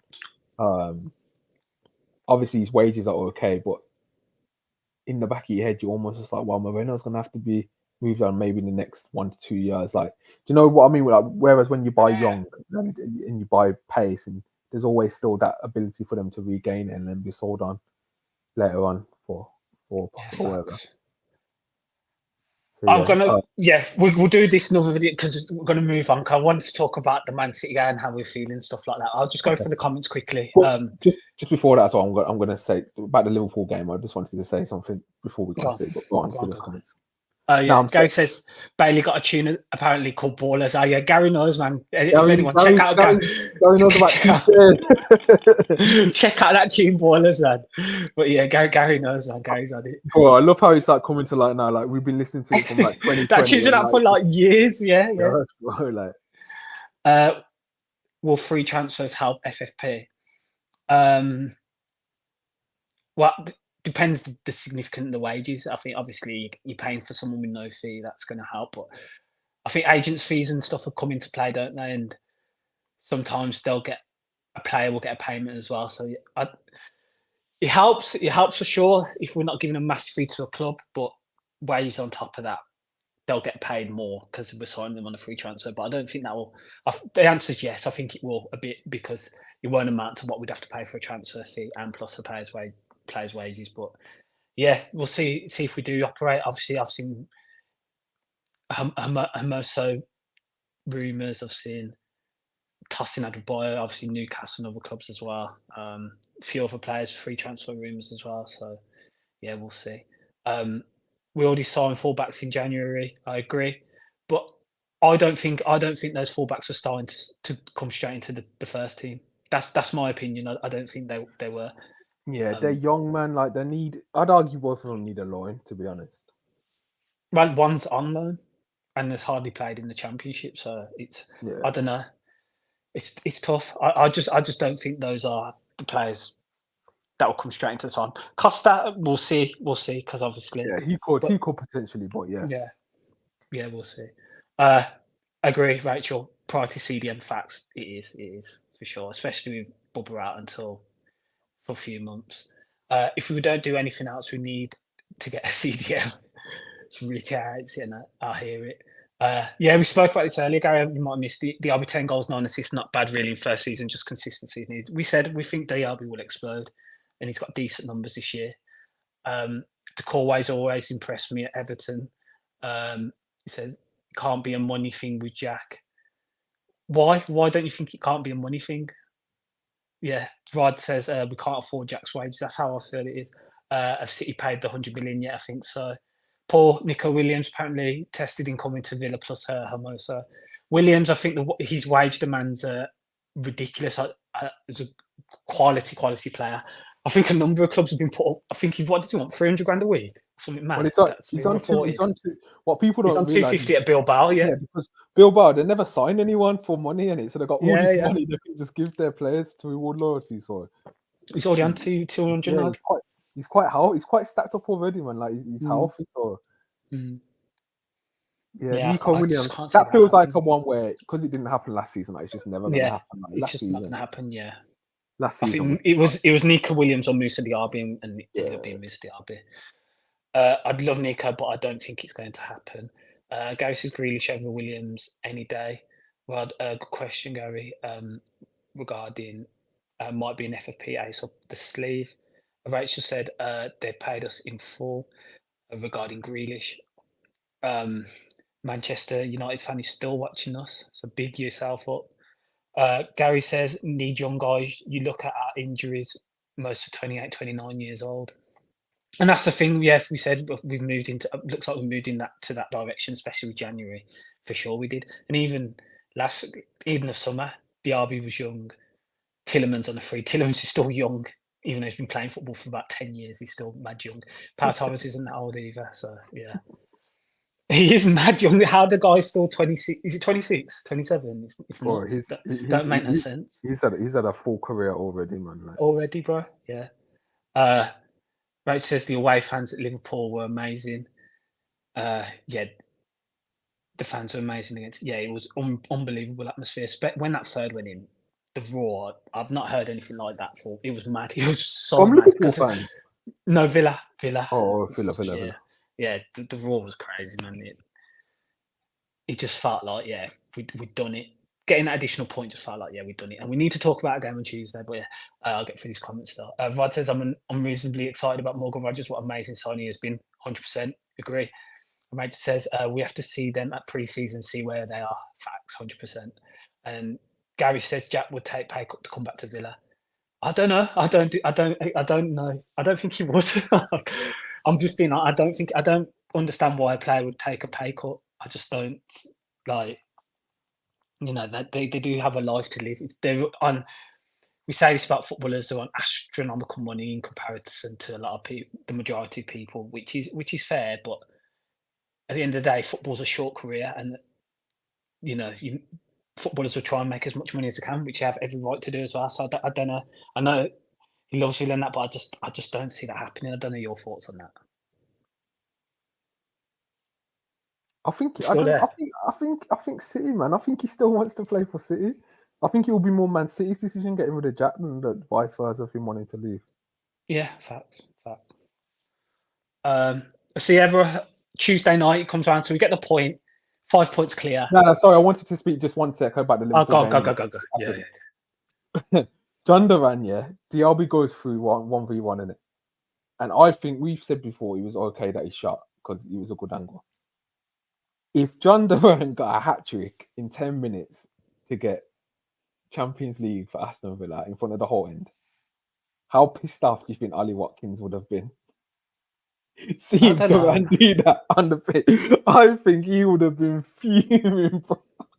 All his hard work all season, and I just think to see Duran come on and just get a hat trick in 10 minutes. Oh man, it would have been beautiful. But I think Ali would have been pissed. Genuinely, it would have been beautiful. Yeah. You're mad, man. What? What would have been beautiful to see Watkins' reaction, or beautiful Duran to get a hat trick? I didn't say that, man. It would have been beautiful to see Duran get a hat trick, but Watkins, I genuinely think he would have been pissed. I think he would have been. That just takes off the whole shine of his whole thing. Nah, But yeah, don't touch it. weren't meant to be. But if the one would have got a hat trick, man, that would have been great. I think Villa. Oh, to win it, I would have gone. Bro, the place went to for 3-3. So if it went 4-3, it would have gone nuclear. It was, and even because from the shot and that. Yeah, but as you said, I think Diaby hit that. I think Van Dijk was reading it well, and if he tried to square it, Van Dijk was kind of slowing down, and that's why he didn't make an attempt. That's why he didn't reach when Diaby shot, because he'd slow down to cover the pass. So Diaby was able to get the shot off. Big question: is Ollie going to get 20? Yeah, I'll back him. He's going to score tomorrow. Back him. What are you saying? Yeah, it'd be sad if he doesn't get 20 after this season. Yeah. I'll feel lucky. Will. Yeah. So then Tuesday night. So we go 4 points clear. No, 5 points clear. Sorry, with the draw. So virtually it means Spurs have to win, which was huge. I think that changed the mentality a bit of that game as well, because it meant Spurs had to win. Yeah. So yeah. How were you feeling going into that game?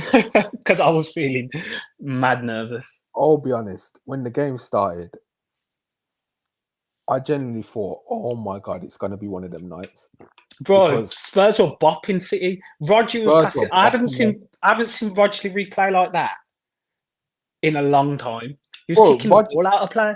Rodri was playing scared, because the whole time I'm watching the game, I'm a City fan. I'm a City fan during the game, and I'm just like, "Oh my god, Rodri, what are you doing, man?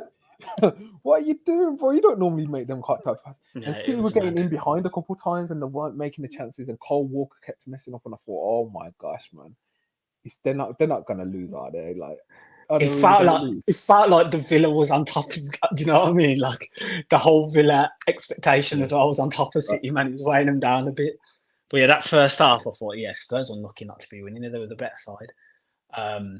They played well, man. Their build-up was really good. Like, they were getting past City with ease. Like, really impressed me. It's just like, but then it felt good to know how it feels like to support Man City when you need a win. Do you know what I mean? Because they're just guaranteed to score goals, and that's what they did. And yeah, they made it 1-0. And it's like, okay, this looks on now. But when Son went through, I thought, if he scores this, they've got potentially time to get a second. Like, the momentum would have shifted, and Ortega, man, huge save. And once he made that save, then even before they got the pen and that, I just thought, we've done this. As Son missed on purpose, bro. Because people are saying, why did he in terms of the title race? In terms of missed on purpose for Arsenal. Because I'm looking at the thing again, like, he can just put that. He tried to go across, it's weird. Now, I don't think he's missed on purpose, but I think he chose the wrong option. I think he definitely chose the wrong option. Of course, he did, because he didn't score, but I don't think he did it on purpose. I don't know how he just missed any. It was a good save as well. So we find out, obviously, people who went to the dinner and the awards show ceremony at Villa Park, fans especially, you've had an unreal night. You've probably had a night that many that would ever have with Villa players at that point as well. It looked incredible, the celebrations, didn't it, bro? It was just, it looked nuts. Emery, all the staff on that table will go mad. Players will go mad. Emi Martinez doing what you'd expect Emi Martinez to do. He's like a teenager. He's just a villain, man. He's got his shirt tucked out. It's like fully stained of like alcohol. Like, he's like a little kid, Martinez, isn't it? Like, I love it, man. Like, he don't care. He don't business. And the celebrations at the award show just look mental, man. And it was just amazing to see. Like, that night, I couldn't sleep, on Tuesday night. I was struggling. I was just thinking, we've actually made. How many times we talked about seeing Villa playing the Champions League, and we've been like, that ain't gonna happen, man. It's just not. I thought I'd be in my 40s or something, bro. Like, to be honest, like, it's that like far distance. What, you? Yeah, true. But also shout out the Villa players, bro, because some of them Villa players were well dressed at that awards evening, but like. Yeah, whose drip were you feeling? Bro, God. I thought Rodgers, I thought Tim, I thought Konza, the Van's fit as well. Bro, Carlos audacious with the blue suit and the blue suit. obviously Courtney House always like he's still part of the squad as well. He always dresses one of that. But I thought, yeah, Nah, man. them padded shoulders, he looked like they were looking a bit mad. They were. Did you You see think that- Jacob Ramsey walk out? And I think, did you see what he was saying? You know, when they're Nah. walking through, and I think Jacob Ramsey goes, "What's he Ramsey wearing? there? Something?" Yeah, Ramsey was there. I ain't seen him in any of the photos. Yeah, Ramsey walked in through the thing with Courtney Horse. And he said something jokes like, "Why is he dressed like that?" or something like that. I don't know who he's chatting about. Another only conference. Aurelio, the big one. Lucas Digne looked Ramsey like not he was learning glass lessons. connected. While Ramsey just making mad comments. Yeah, man, you're not learning any lessons. Like, I just defended him on the pod as well. 3 phones Duran, yeah. 3 phones Duran, big up Gary. Duran, bro. That's it. One 3 for phones, Chelsea, 2 goals. one for Milan. That's it, bro. I was like 3 phones, 2 goals, 1 Duran. Yeah. Oh, that's a bar. You've been listening to this Kendrick beef and it like that. That was I've been taking tips. Yeah. Well, yeah, mad. The scenes were nuts. Amazing. Yeah, Champions League football, bro. Like I said, Villa keep posting the Villa Twitter and all that. Keep posting all that stuff. Just keep going, man. Because it's just I got emotional. It's sunk in all the pain, all the suffering, man. Like I know we haven't been relegated to League One or anything, but we've been through. Yeah, we've been through pain. We nearly didn't exist 5 years ago. Nearly, like we were that close to not existing. You know what's man? That's not the one that ever gets me though. Like that one gets me, bro. I remember being at work and I was with a few Villa fans at work. We were just sitting there and just like, oh, we might not have a club. Like, yeah, that's how it felt. It was like, I must have just been naive at the time. I always felt like it would just be all okay, but I don't think I deeped how intense it was. But for me, it's just the Bradford loss, the finals at Wembley that I've just seen us lose, man. Just like the nearly moments to finally do it and just get Champions League, and we're gonna hear the music at Villa Park, bro. Like it's all worth it, man. It's satisfying, 100%. Man. I can't wait. 100%, and that's 2 and 2 now. We've done Europe last year and Champions League this year. Right when it's come to crunch time, we've excelled and we've surpassed it. So if we're in a title race next year, if don't doubt us. You wouldn't bet against us. It's mad as well. Just to go on the new UCL format: 4 home games, 4 away games, 8 different teams. I find it more interesting. I do. I think it's way more exciting, especially as a team like Villa that's not in the Champions League often. Like we get to play a range of teams that, you know, instead of just the home and away. So is it? How does it work with the pots that you play at home and away? Because obviously it's 4 different teams at home, 2 away, isn't it? Yeah, so it's 4 teams at home, 4 different teams away. You play. But how does it split? 2 teams from each pot. But then that will leave 2 left, won't it? So you play 2 in D as well, even though we're D. You play 2 in D as well. Yeah. Okay. Yeah, makes sense. Yeah, man. Give me. Who do you want? Where would you, if we drew Real Madrid, where would you rather play him? Home or away? Villa Park. No, let's just say you had tickets for both. I'm choosing the Bernabeu. I'm sorry. I'm choosing the Obviously, we can play Real Madrid at Villa Park in a preseason. But at the Bernabeu in a game that matters. I hear it. I know, obviously, I hear it. In a new stadium, bro. But bro, do you know when people talk about like having seen Pele at Villa? Do you know what I'm saying? When Pele was doing his tour, and people were like, "Oh yeah, Pele played at Villa Park," and that. Do you think that's mad? Yeah, do you know what I mean?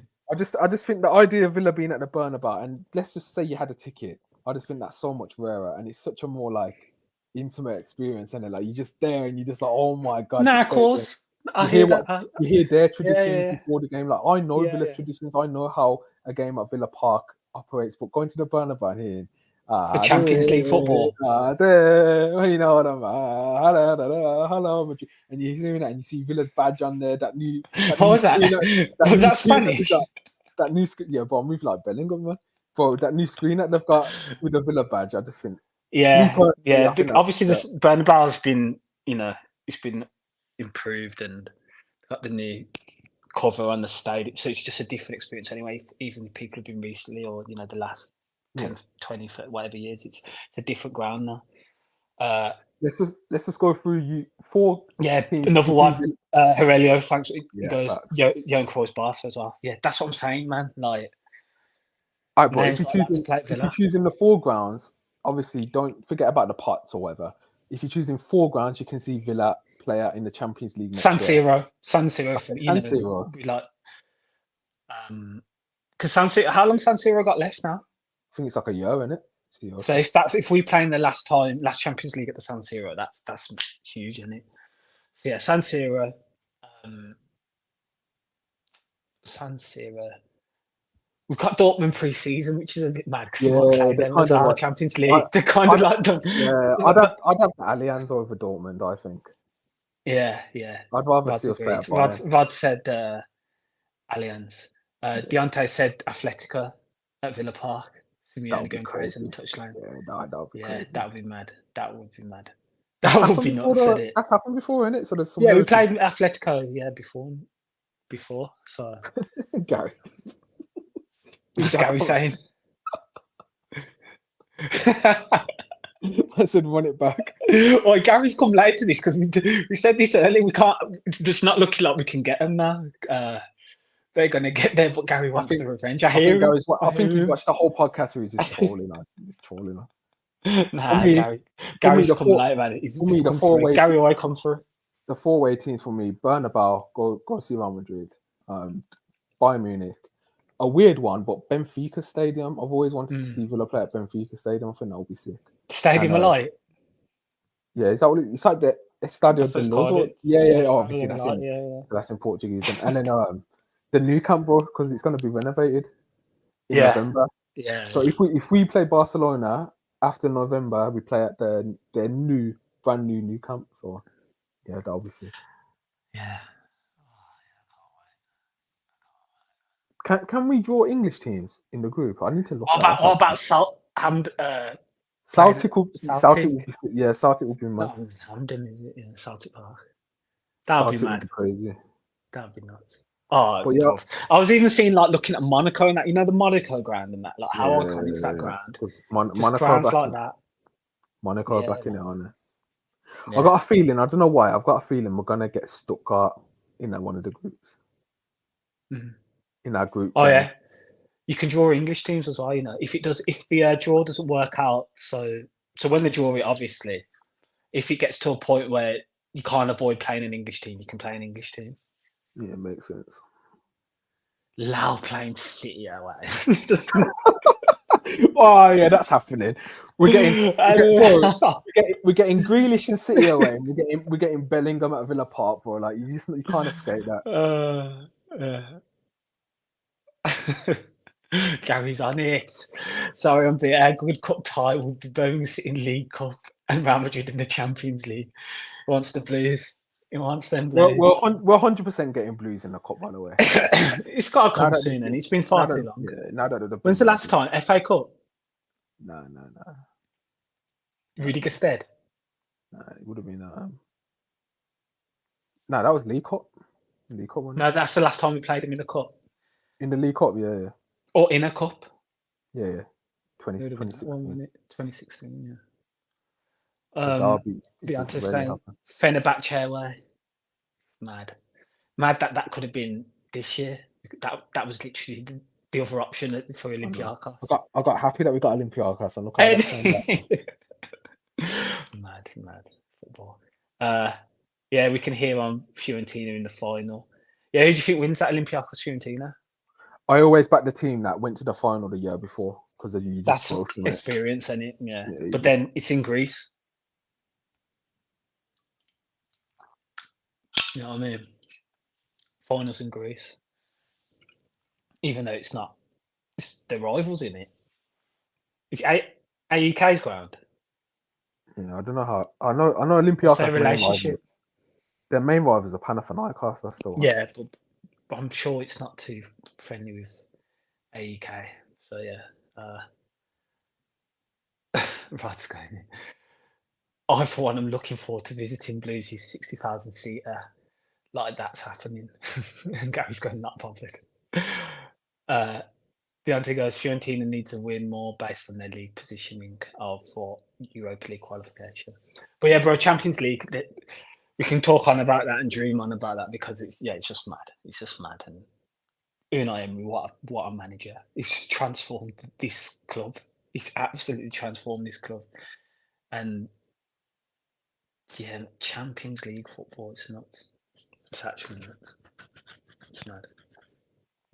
Yeah, any thoughts, any final thoughts? Well, we've been on here an hour and a half. We've done quite a comeback stream, so thank you for everyone for being in here. But yeah, bro, any thoughts? Tomorrow, do you think we see any academy boys? Oh, we haven't even talked about the game tomorrow. Yeah, but it's so much. Yeah, I've kind of just allowed it because yeah. Are you even gonna watch? Are you even gonna watch it? I don't even think I'll try and watch it. I think, but I will. I'll be watching the Man City. I'll watch the Man City game just because the title race, isn't it? But yeah, but everyone going there is going to have a mad time. They're going to have a sick time. All of the fans going to that game, they're going to have a sick time. Do you think it's still a fancy dress one, or do you think that's been loud now? Yeah, nah, a fancy dress. I've seen it's been seen a few things been flying about. The little jokes, a lot of Champions League influence stuff as well. That's got to be the most chill and away from whatever be going to ever. Imagine if we needed a point. It's just like, you just loud that, man. You can't even enjoy the day or anything. Like, you need a point, bro. Like, Palace are in form. Like. Yeah, bro. Nah, all the Villa fans go and have a sick time at Sellers Park, man, because that's going to be nuts. It's just going to be part of ours. Even if it's 5 or 6, no one's going to care. But yeah, as you're saying, bro, what are you saying? Play the kids? Nah. I think Watkins needs to get that 20th goal, man. He does. I think there needs to be balance with it. I'd love to see Devan start, and I'd like to see either Tim or Kellerman start, or Kessler. But I don't think all of them should start. But I'd like to see him get minutes. I'd like Kellerman to get 20 minutes. Well, there's no Cash, no Zaniolo, no Tielemans, is there? So someone's got to come into Tielemans. I know Rodgers, yeah. Yeah, but of the 11 that started on Monday, okay, let's go for our predicted lineup then quickly. What do you think? All right, so I'm gonna go Martinez. Yeah, people were saying Gaucho. I was just like, nah, Martinez is gonna want to play, man. Like, yeah, I think he will. Same back 4. I don't think too much change. What's the back 4 then? Digne, Pau, Carlos, Konza. Oh, you think Konza right back then? Well, there's no Cash, is there? Cash isn't available. No, but I was thinking maybe Konza, CB, Kane, Hesler starts. Like, you don't think? Oh, you think you're really? Oh, okay. Well, I'm asking if you think. Nah, yeah. Well, there's going too many oldies in here. Yeah. That's what I'm asking. Like, you think Emery does that, or do you think he just goes like? No, I don't think he does it that much. No, maybe Tim. I could see Tim playing because Tielemans isn't playing. I could see that happening. Do you think Duran will start? Maybe Bailey, maybe Diaby off the right, and Bailey rested. Bailey rested and Duran starting, yeah. Because of the knee.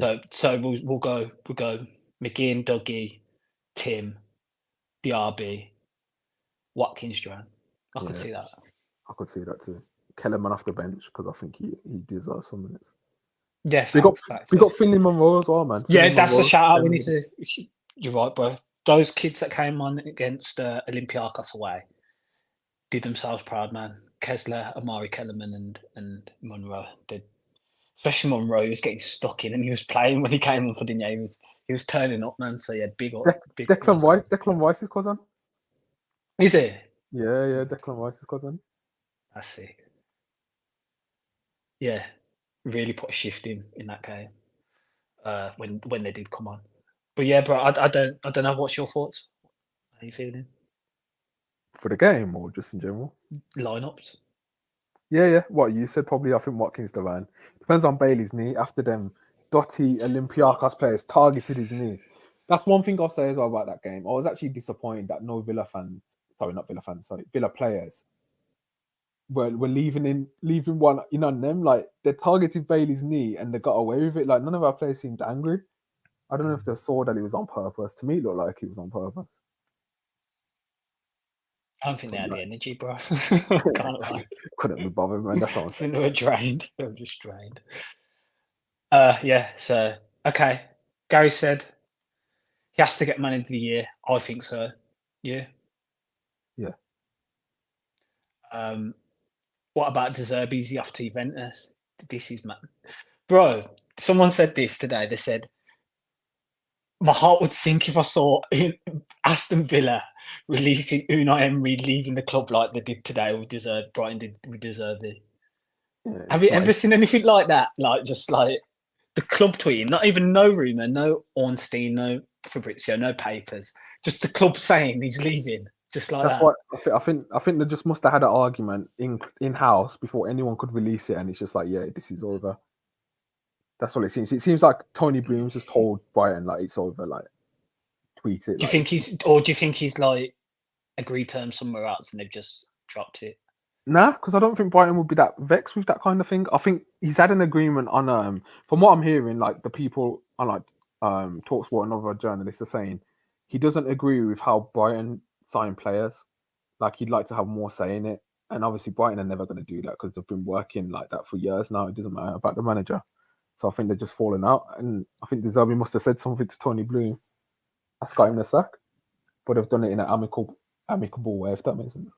Yeah, it's always agreed. They even if they do second, it's usually just agreed to partially leave the club. Yeah, mad though. Just the way they put that out was nuts. I think they get Potter. Mutual. I could see them getting Potter back. Yeah, he's turned down a number of jobs, Graham Potter, recently, hasn't he? Yeah. Well, over the last year and a bit. I just think that just feels right, doesn't it? Just for him Yeah, to just, for him to just go back in, go back home and like. literally, I could see that happening straight off. Yeah, facts. Paul's talking about the League One team, wanting Emery as a jerk, but yeah, shout out that team. Rod Humble must want his son in it. That keeper, bro. The keeper. Yeah. Shout out the youngsters as well, winning the Senior Cup the other day. Yeah, facts. Rod Humble, I'll watch it and be drinking and cheering for every goal. There's all ours. Yeah, Rod, that's the mood I'm feeling. Aurelia saying, got the kids around to watch it. Great to have a stress-free game. Facts, it would be so nice to just enjoy the 90 minutes. You know, no stress and no anxiety on it. Just like, who cares what happens here? When you get to that sense of security, you feel like it's going to be like, do you know when Middlesbrough pan City 8-1? I wouldn't be surprised just because how relaxed we'll all be. I hope we don't let him like battle us. I hope like we just make it a game. Though. Yeah, I hear that, but I'm just not bothered. Gary says, yes, Dick Emery, if you remember him. Who's that? You recognise that name, bro? Whoa, where did this convo come from? Rachel says, yeah, I'm just calm for the game. Facts. Big up Marnie. Big up. Big videos on Twitter. He's been giving me jokes, man. So check his videos on Twitter, man. There's so jokes. There's so jokes, especially all the Champions League ones. No, the one that got me was when his boy is in the car. In the car, it's just that like one. The United one. That was quality. So big him up. Go and follow him, man, because top reactions, top match reactions as well. Vlogs as well. So yeah, big up. And could be coming on here soon this summer as well. Facts. Well, we'll do a transfer video or something like that. So for sure. He goes, yes, lads, long time. Good to see you back. Thanks, bro. Rachel says, some rotation if we can. Yeah, possibly. Too many oldies. Yeah, too many oldies in here. Okay, I'm 54, I think. Rachel says, I think Lenglet rather than Powell. Yeah, Lenglet might get a game, to be fair. Last game before he returns to Barcelona, if we don't sign him. Of any of the loans you think we'll re-sign him? Nah, that Vidagani's done an interview with Marca saying he's pretty much going back to Barca, but he was saying he's better than most of the La Liga centre-backs, he reckons. So I think he was just being... That Vidagani, by the way, yeah, one good thing about having these Spanish guys is they do like proper intense interviews in Spain about the situation. They do. Yeah, bro, this guy's been having to defend Emery, saying like Spanish people are just rude in general, and that Emery's like should not be like mocked whatsoever. It's just like just because he didn't go through Barcelona or he hasn't got the boost of reputation playing being the Real Madrid manager, it doesn't mean that he wouldn't smash those jobs. So it's like, it was mad to see how much he defended. I thought Emery was respected in Spain, but obviously Obviously not by everyone. I don't know. That's mad considering the pedigree he has in Spain. With Valencia, Villarreal, and Seville. But yeah, that is mad. Aurelia says, yeah, if you have to think about your age, old. Yeah, age comments in there. Leave you guys to it. I think Paul says, Martin's line up. Martinez, Digne, Carlos Torres. I don't know if that's Kesler. Meant to be Kesler Konza. I'm going to go Konza. McGinn, Louise, Tim, Duran, Watkins, DRB. Yeah, I agree with that. Gary says, yeah, Palace not on the beach for a change, unfortunately. Yeah, their form is one of the best in the league, especially last 5 games. They've been battering everyone. Paul's going 7-1 Villa, Watkins 4, DRB 2, Louise. Yeah, Aurelia says, so glad we don't need a result tomorrow. Could see us getting it a bit, to be honest. Yeah, that's how I think. Rachel says the fans won't be happy if Potter's going back. Yeah, it was mad how he left to go to Chelsea and everything else that Chelsea did to Brighton. But Brighton came out 200 million rich, and there's something Tony Bloom would love, isn't it? Gary's going 9-0. Aurelia says, I recommend Mine Essential. Makes me chuckle. Yeah, he's hilarious, man. Definitely watch his stuff. Right as well. He has how he sits. Facts. Check him out on Twitter and his YouTube as well. Check his YouTube and his vlogs. He's hilarious, man. Gary says, Lenglet's just on too much money. He is. His wages is very high. What you'd expect though, he played for Barcelona and it's a massive sort of club, and he was going to be on huge wages. So to get him on loan at that time, considering Mings just got injured, was massive for us because Lenglet's had to step in a number of games this season, potentially more than we anticipated. And yeah, he's done well. He has done well when he's had to fill in for Pau Torres for sure. And Michael says, I hope you guys can join the fundraising initiative to celebrate the 150. Shout out Michael as well. Massive. He's been on a few pods spreading the message about the fundraising initiative he's doing. It's a great cause. Go watch those. I think he's on the 2 pods are the Paul McGrath boys. Check that one out. And the Villa Park pod boys as well. So yeah, check that out. Check that video with Michael and explain the initiative and people get involved as well. It's a really good cause. We'll be getting involved for sure. Gary said, no respect, Emery, weird. They should know now. Yeah, they should, man. But you see in England, he gets disrespected as well for no reason whatsoever. Especially with what he's done with Villa now. Palace unbeaten in 6, yeah. Deontay's going 1-1. And yeah, another rumor. Who's this solo fella at PSG? Never heard of him. So he's a top talent at Valencia. You've dragged Valencia for a number of years in La Liga. He's gone to PSG, and you know what happens at PSG. A number of players just don't get minutes or don't fit into the system, and he's one of them. So yeah, he's kind of been outcast, and he'll be up for grabs for sure. How are you feeling about that one? That rumor, bro? Soler. Mm. Yeah, I'm not feeling that transfer. Like I've been in the back of my mind, I've been kind of hoping that it's not true, but then Fabrizio's like that's true. I just nah. I just think He was quality at Valencia though. Even that just is a red flag when you just have to go to like previous clubs when someone was good at, like, why weren't they good at their last club? That's how. Yeah, but I think PSG's an Indian club. That's the one club I don't hear that. I can't lie. Like that's the one club. I think there's good players that play there and just don't get a game, and then I agree with that principle, but I don't think Soler is one of them, man. I just think this guy is just rationalized. Like, I just think his vision's not good enough to make up for the lack of physicality that he'll have in the league. And he's like nearly 20. He's 28. Like, yeah, he's 28. He's old. I'm not feeling. I think that's one of them. You know who I think he'd play like? Bernard at Everton. Like, that's the type of player I think he'd be, where he's just like, he's got no PMP. He can't get past the man. He's got. But would you say the same for Pablo Sarabia? And don't you think he's been fairly decent for Wolves, to be honest? He's been okay. I think he's better than Soler though. But yeah, that's a good example. But Soler, it's just the opportunity cost as well. Like, you're trying to build for the future, and you got this one position we need to get, and then you go Carlos Soler. Just like, really? Just like, is that what we're doing? Because yeah, I just hope that one's not true. That's just my personal opinion. Yeah, fair. So I hear it. Obviously, you got the Alex Boyena, the Viega rooms. Yeah, but we'll talk about that another time because there's been a lot. It's transfers, man. Once you get Champions League football as well, we know how bad rooms are anyway. So with that, there's going to be some mad rooms this summer. I can see it. It's going to be mad. But yeah, bro. Thanks for joining us. Thanks for the people who've joined us as well. And obviously, we've been away for a number of months now, and it's good to see the numbers in here and the regulars in here as well. It's top tier. Again, we haven't said it, but if you could like the stream, drop a comment on your thoughts on the stream. We've been nearly 2 hours here now. Enjoyed every minute. And also, if you're new around here, subscribe. Yeah, good. Last one, we'll go. Scrapping VAR or keeping it. Good comment from earlier. Keep. They've just got to improve the people operating it for me. I don't know about you, bro. Yeah, keep VAR. Keep. It's just typical that the one sport that they can't operate that's the worst is football. Like rugby, they don't get much wrong in rugby with VAR. Cricket, obviously, quality. Tennis, top. Why is it just football that they have such incompetence? Like, yeah, I don't know, man.